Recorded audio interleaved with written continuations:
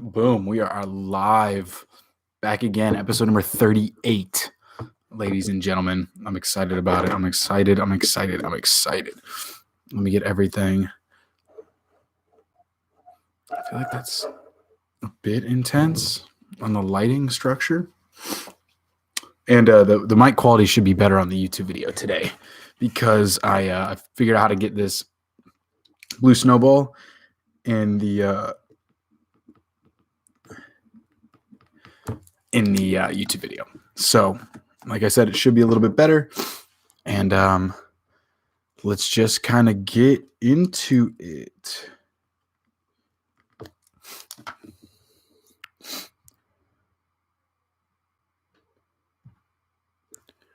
All right, everybody, we are back for the Idols to Rivals podcast. This is episode number 38 so far. We are almost there to 40, 2 more episodes, 2 more weeks, and we will be at 40 episodes. Like I said, we've been talking about raising the format a little bit to maybe doing it more than once a week, maybe twice a week, maybe 3 times a week, all just depending on kind of the response and kind of a schedule on if I can get that done and bringing more guests on, because the episode that I had my friend Brooks on and we kind of discussed conspiracy theories and whatnot was by far the best episode that we've recorded so far. So if you are watching on YouTube, let me know. Please subscribe, like, and write a comment down saying you watched it on YouTube. If you're listening on Spotify, please let me know. Like I said, follow the podcast channel, follow everything, and just kind of let me know if you want to DM me on Instagram. It's at Jack Hummell on Instagram, on YouTube. Those are the 2 main, and Twitter, all at Jack Hummell. If you just Google it or put it in the search bar on any of those, you'll find me. But like I said, any feedback is good feedback, so I appreciate it. And so, yeah, the goal going forward is to get more guests on. One of my buddies who actually runs another podcast called the Cruise Control Podcast, who's doing super well. He's had a couple of big-time guests on there, so I'm super excited for him. And kind of want to talk to him going forward, see what we can do about having more, not really, I wouldn't say like celebrities or famous people on, but having just friends give their point of view on life, because this whole podcast is a chronicle of figuring it out, the journey more than the destination. So figuring it all out and understanding that it's going to take time. And like I said, we're 38 episodes in. I'm having a ball. I was super excited to record this podcast. I always get a little pre-stage jitters before you hit record, but I think that's kind of normal, whether it be through film or whether it be a podcast like this, which I'm doing both. Like I said, you can check it out on YouTube. It'll be posted on my channel. Just search Jack Hummell in the search bar and you'll find it. Or if you want to listen to the audio version on Spotify or Apple Podcasts, it will be there. But sports updates. Sports have been kind of slow. Recently, J.J. Watt got released. They're talking about him maybe going to the Browns. I think it would be crazy if J.J. Watt went to the Steelers. And the 3 Watt brothers, I don't believe they're triplets or twins or anything like that. I think they're all a couple years separated. But one's his other brother, TJ, is also same position, defensive end. And I don't really know the last one. Hunter, maybe? No, I don't know the last Watt, but he's a fullback, I believe. So having all 3 of them on the team, I don't think that's ever been done before on the Steelers. And not to mention that would make the Steelers unstoppable, which I'm not a fan of. I don't like the Steelers at all. Never have, ever since the 05 AFC Championship where they knocked out the Colts. Never forgave that, and I never will, and that'll go to my grave with me. But yeah, not a lot of sports news, a lot of free agency stuff in the NFL is going around. Like we talked about last week, the Buccaneers were just on a riot after they won. And I didn't realize how many championships. I believe they said every single major championship in the 4 majors had a Florida team in there. There was Miami Heat, the Tampa Bay Lightning won the NHL Stanley Cup, and then obviously Tampa Bay won the Super Bowl. And I don't know the baseball team that was in the World Series. I don't follow baseball, but they were in there as well. So crazy time to be in Florida. And it's actually, speaking of Florida, it's snowing outside. And I'm super jealous of everyone that's either down there in Tampa or Miami or Fort Lauderdale. Shout out to you guys. It is snowing. It snowed 3 inches in about 30 minutes. So that's not an exaggeration. We went out to get dinner, ate dinner, and then by the time we were done with dinner, there was no snow on the ground because it all melted from the morning before, and it went to about 2 or 3 inches of snow, and it is pouring and sticking. So haven't had a big snowfall like that since being up in Virginia. So it's kind of interesting to see. But yeah, not a lot of sports news. Sports are kind of slow right about now. Everyone's getting on the hype train of National Signing Day, especially with Alabama football. I was talking back and forth with somebody about Ohio State and how everything's kind of picking up for recruit wise. So that's always exciting. Always in the loop for that. Alabama basketball is absolutely kicking ass. And I'm super excited. I don't remember the last time Alabama basketball has been this good. I think it was 2002. They had a pretty good team. I think they went to the Final Four. I'm not 100% sure, but it's super exciting seeing your school do well in multiple sports, and gymnastics is back. And I know it's kind of a random, but they're very good at gymnastics as well. But so the topic for today's video slash podcast is traveling. And I've gotten into, whenever you have multiple, like, I don't want to say sectors, but different worlds within your existence. Like, you have your friends, you have your family, you have coworkers. Well, this topic kind of came up in all three of those. So it came up with people that I barely knew. It came up with my family at the dinner table. It came up with friends. And that is traveling. And just, I guess you could kind of round it out to fear of the unknown, I think, is the best, most literary way to put it, is fear of the unknown. And they've been talking about that since, forever, since man has tried to conquer more land or discover something that has never been found before, or like written books like Moby Dick, stuff like that. It is, it's that fear of the unknown. And I find it interesting that some people dive head on into it and other people are fearful of it. And the thing that got me talking about it or thinking about it was, we were either watching a TV show or something like that, and somebody was talking about how it was the first time they'd ever been on a plane. And I was like, okay, well, that's not weird. Planes are expensive. Some people don't need to fly on planes. And then they got talking to the guy a little bit more, and he was like, no, I've never been out of my city. I've never been out of my town. And I can't even imagine what that's like. And if you know what it's like and you've experienced that, let me know. Leave a comment. If you haven't really traveled around, if you've never left your state. But the fact that they've never gone out and just like the midnight runs you used to do in high school or college, whenever you would just get in the car and just drive 2 hours just in a direction just to see what was out there because you're bored, because you're listening to music with friends, stuff like that. And it's just like they never did that. You never left. You never went to a different town. You never jumped across the state real quick and came back. Like, that just blows my mind that their whole universe could be confined. And we're talking, normally it's smaller towns. Normally it's not, oh, I'm from one city and I've never left the city. Normally it's rural areas. I can't even barely say that word. Normally it's more open areas, more farmland. I'm not even going to try again. But normally it's areas like that. And knowing that somebody's entire life, it's kind of like that thought of, if you've ever looked out of a hotel room and you're like there's another hotel directly across the street from you or next to you, and you can see windows, and you look across and you just realize that every one of those rooms is somebody or a pair of people or a family that has complete lives that you'll never know about, or you're passing them on the road. And there's a phenomenon for it. I don't know the word, or you're passing them on the road, or you're passing them walking down the street. And it's just like, you look at somebody and you realize, like, I'm never going to know anything about this person. This person's had their heart broken. This person's had problems. This person's got a speeding ticket. This person has a dark past. This person's killing it in their business. This person's super smart. You'll never know. And there's just so many, majority, 99.99% of people are going to be like that in your life. And so having that thought of, like, let's say that's a box, like your whole life is a box, and one person's box is just 50 square miles of the town that they grew up in, of the 3 stop signs and the 5 mini marts and the 5 gas stations that they've known forever. And they know every square inch of it. I grew up in different places all around, moving back and forth. And after 2 years, I knew every stop sign. I knew every light. I knew when the lights would change. I knew the rotation of people walking. I knew where cops would hide. And imagine doing that for 22 years rather than 5 or 3 or whatever it is. And that being your entire life. Like, you're raised from as soon as you're born to high school to college, whether you go off to college and that's kind of your first experience. And if you haven't been to college yet, you'll realize you meet a lot of people from a lot of different places. And I'd met multiple people, specifically at Alabama, that had never been out of their town until they showed up that day, that night that I met them at a party or whatever it may have been, at orientation or the first class we took. That had been the first time they'd been away from their parents for 2 days. And so realizing that someone's entire existence, someone's entire thought process, their feelings, their emotions, their goals, their dreams have all been contained inside this, like, 50 square miles, if that. It could be something smaller. It could be 3 square miles of a town with 1 stop sign and no paved roads. And they'd never been on an airplane or never been out there, never been to, like, Georgia, which is right next to Alabama, never been to a different county. And it was just that thought of, like, being so lucky that didn't happen to me. And a lot of people are super happy with that. A lot of people, that's what they want to do. That's what they're comfortable with. And that's kind of the fear of the unknown thing that we'll get into in a minute. But knowing that it's like not knowing what you don't know is the best way I can put it. It's not being aware that you don't know that there's other stuff out there, and not being able to experience. Even, I mean, you go a couple cities over from where you normally live, it's kind of like it can be a completely different environment. It can be completely different people. I mean, you jump one state over from where you're at, it's probably a whole different set of laws, whole different set of people, whole different environment.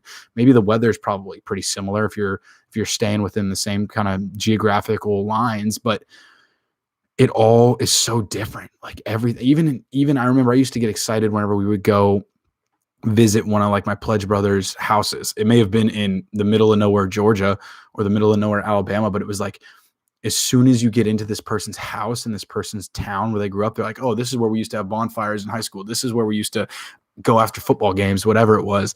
It was like, I don't know. It was like going into someone's world and realizing like there's that everyone has that set of like those experiences that you have, like whatever it may be, like hooking up with somebody for the first time, your first bonfire, your first party, whatever it is. Everybody had that. Everybody had that exact same experience in a different place. If they didn't grow up with you, then they had it in a different place.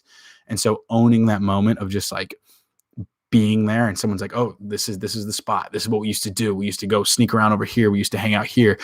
Curfew would do that. Like just going to somebody else's world. Like I said, it didn't have to be a big city. Yeah, I'd visit friends and family and stuff like that in different cities, which was cool.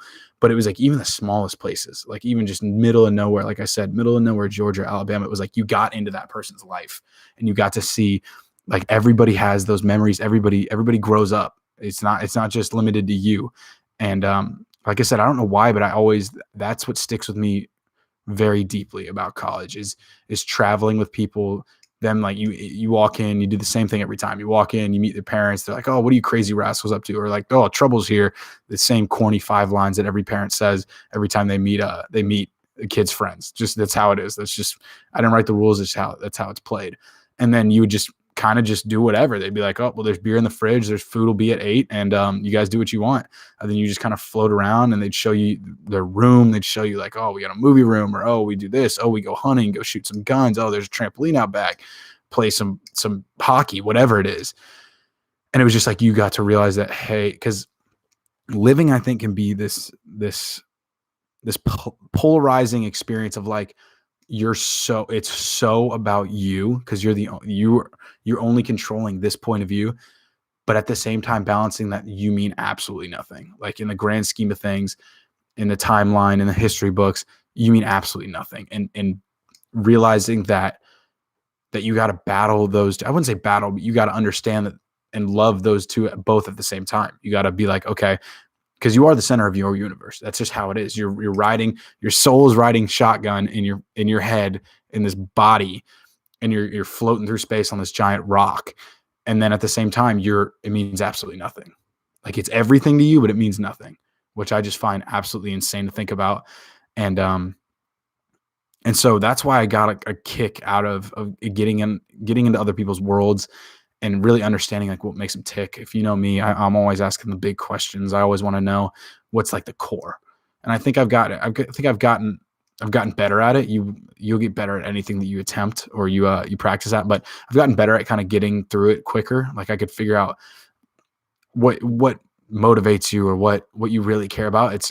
You can too. If you really listen to what people say, if you actually listen to what people say, which took a lot for me because as you can tell, I love talking. I mean, I make YouTube videos and podcasts. I obviously love hearing myself talk, but if you can take a minute and really sit back and listen, like at a party or a social gathering or an interview, you can find out what makes people tick a lot quicker than you think. A lot of people, they don't come right out and say it, but if you know what to look for, you can figure it out. But circling back, going into other people's lives, it's just, you get to experience that taste of like, oh, this is the first time, like I said, they went to a party. This is the first time they snuck out. This is what they did. This is where they went.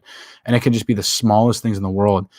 And I think that is why I love the unknown so much. That is why, and I don't know if I've ever told this story. I might tell this story on the podcast. I probably will end up telling the story, but that's how it was when I was transferring schools. That's how it was.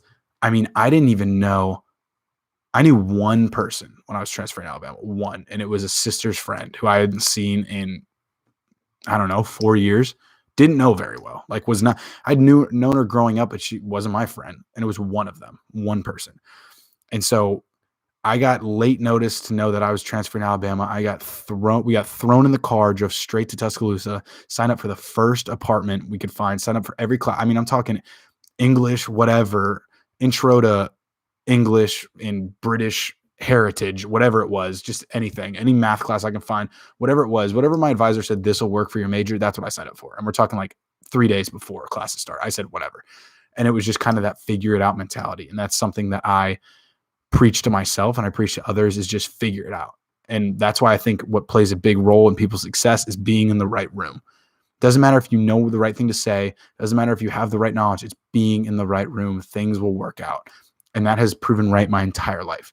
For one example, from Texas Tech, we went to A&M. It's, God, I don't even know how long. 8-hour drive, maybe 7-hour drive. We had nowhere to stay at all. Like nowhere to stay. We knew one person there. It was me and a pledge brother. We knew one person there, and he had a dorm room, but I think he was in the Corps of Cadets or the band or something like that. But we couldn't stay there. We weren't allowed to stay in his dorm, even though it was plenty large, which I find baffling. But we go to, or that may have been a different story, but we go there with nothing. We go there in a car and a Yeti full of 120 Keystone Lights, because that's what you drink in West Texas is Keystone Lights. And that's all we had. And it was basically you find a place to stay or you're sleeping in the car. And so both nights, me and my buddy found places to stay. And it was that mentality. It was me shit testing myself on, can you make it work? Can this theory of once you're in the right place, things will fall, the cards will fall where they should. Can you make that work whenever I was actually closer to home at the time, which is funny, but when you're 8 hours from home, there's no shot you're going back within the next 3 days. So it's either you're sleeping in the backseat of a small sedan by yourself and it's cold outside, or you're going to find somewhere to stay. You're going to talk to people. You're going to make it work. You're going to tell them your situation and just let everything play out how it should. And that was when I first realized, this is my freshman year of college. That was when I first realized that this theory is real. This being in the right place, being in the right room is way more important than all these other factors. You got to trust yourself. You're going to know what to say. You're going to figure it out. If you fuck it up, it happens. That's just the way it is. It always happens. And whenever it does, you just got to get through it. You just got to power through it. And the more you're doing it, the better the muscle gets. That's how everything works. If you work the muscle, if you work your brain, the repetition will build over time, and you will be set in those scenarios of just kind of winging it. But if you were in the right room, you're 80% there. I'd almost say 90% there.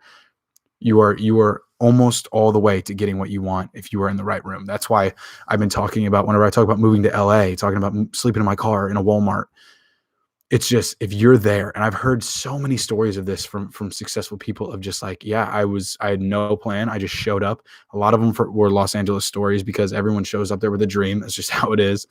But if you get there, you'll meet the right person. You'll talk to the right person at the right time. You'll be in the right situation if you're there, if you're in the room.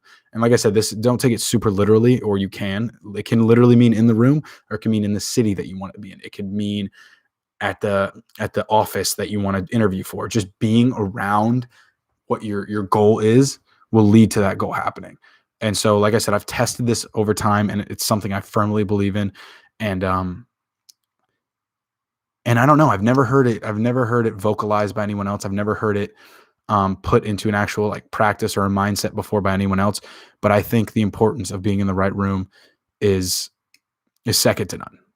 Obviously, having the right attitude. Obviously, you want to visualize and rep and do a lot of repetition on that. But it's all secondary to being in the right room. And that's why whenever I hear these people say, "Oh yeah, I've never left my town," and like I said, if you're happy, it means nothing. If you're happy, then you're good to go. That isn't about you. But if you're finding that you can't achieve these goals, if you're finding that there's been troubles and things haven't been going your way, it's like, get in the room. Just get in the room.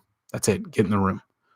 And then let the cards play. Then trust your gut. Then you'll say the right things. Then you'll be ready because you train and you practice and you visualize. But just get in the room. And the more times you're in the room, the more shots you have. There's been so many times where it's just, like I said, fluke scenarios where it's just like you wing it and everything works out. How many times in your life have you just straight up winged it and you're like, what's worst case scenario? Oh yeah, it's terrible. That's horrible. If that happens, we're screwed. And then that doesn't happen. How many times does that happen? I guarantee you it's more than times where everything's gone wrong and it's been horrible and you don't look back fondly and be like, damn, that was crazy. And those are the stories you tell. Those are the stories you tell people. Those are the ones that you're going to be sitting in the rocking chair and be like, damn, we were some crazy kids. We did that. With that, we had nothing. We did that. We risked it over here and did that, and it worked out. And we met these people, and they invited us here. And it's just, then I got that job, and then I passed that test. It's like, those are the things you remember is the times that it worked. And if those are the things you remember, the times that it worked, and then the ones that didn't work, you're kind of just like, oh, well, you know what? Things happen. How is that? There's a no lose situation there, which is rare in life. There's a no lose situation. And so I think taking the fear of the unknown, and obviously I have fears just like everybody else, but taking the fear of the unknown and just crushing it as much as you can is realizing that there's so much possibility and there's so much life in the unknown. That's where life is. Life is the unknown. Every single day, you don't know what's going to happen. You don't know if they're going to get 2 inches of snow or 4 inches of snow. Does it make that much of a difference? No, but you don't know. You don't know if you go get that magazine from the store, go get that bagel from the store instead of making it at home. You don't know if you meet the girl of your dreams, the guy of your dreams, whatever it is. You don't know if you study and you fail that test, then you're sitting outside wallowing, and then some crazy opportunity, you get an email from someone you haven't talked to in years, and they're like, hey, do this, and this will help you out. You don't know if that could happen. So life is the unknown. And so once you understand that, once you realize it's so exciting, it's almost scary how exciting the unknown is, then you can just use it to your ability. You can use it to your power. You can use it to get your goals and your dreams. And you can use that to create whatever you want. And so I've been on a real kick with that for a while. Like I said, freshman year of college was 5-6 years ago now. And it's real. It's real. I promise you that. If you trust yourself and you trust the world will keep on spinning, take that risk, go for it. Because there's so much beauty and so much life on the other side of the unknown. I appreciate you guys for listening. I appreciate you guys for watching. As always, anybody that watches, DM me, let me know, or anybody that listens on Spotify or Apple Podcasts, let me know. I appreciate it. I love every time people reach out to me. I love just knowing that somebody enjoyed it, or maybe somebody got a little token, I don't know, something you didn't know before. I appreciate it. And if you didn't know, everyone listening on Spotify, Google Play, Apple Podcasts, if you could leave a review, that'd be great. But we also do after hours on my YouTube channel. Just search Jack Hummell, Idols to Rivals. It'll pop up on my YouTube channel. And if you could subscribe, that'd be fantastic. But we do a little longer of just kind of a wind down on the video. And then we go from there. But I appreciate you guys for listening. I really like this episode. This is something I want to talk about for a couple episodes now, and I'm super excited that I got to, and I think it came out way better than I thought it would. But I appreciate you guys for listening. Like I said, reach out to me. Let me know what you guys are doing. Let me know what you're getting up to, and just remember, fear nothing, attack everything, because that's the only way you're going to get it. And once again, I appreciate you guys for listening. You have a great week. Let's get after it and just crush it. All right. I'm pretty pumped about that episode. I am pretty pumped about that episode. And it's go after it. It's so exciting. Like, I get it. There's a lot of scary stuff on the unknown. It's not all sunshine and rainbows. I understand that. But in what you can control and stuff that there's exciting stuff, whether you're moving, whether you're going applying to this school, whether you're talking to that girl, just there's so much excitement about it. There's so much. There's just, you don't know. It could just, every stone falls for you. It's just, it could. There's nothing else about that. It could. It really could. You don't know. Go for it. Figure out if it does. Oh, I love it. I'm gassed up. I appreciate it. Appreciate you guys for listening. This is going to be a little bit of shorter just because I think I fucking crushed it. And I'm super excited about it. Thank you guys for watching. If you could hit the subscribe, if you could leave a like, leave a comment. Let me know what you thought. Let me know about your favorite part. And we'll have more videos coming out soon. I appreciate you guys. You're the best. And like I said, look out for more and attack everything, baby.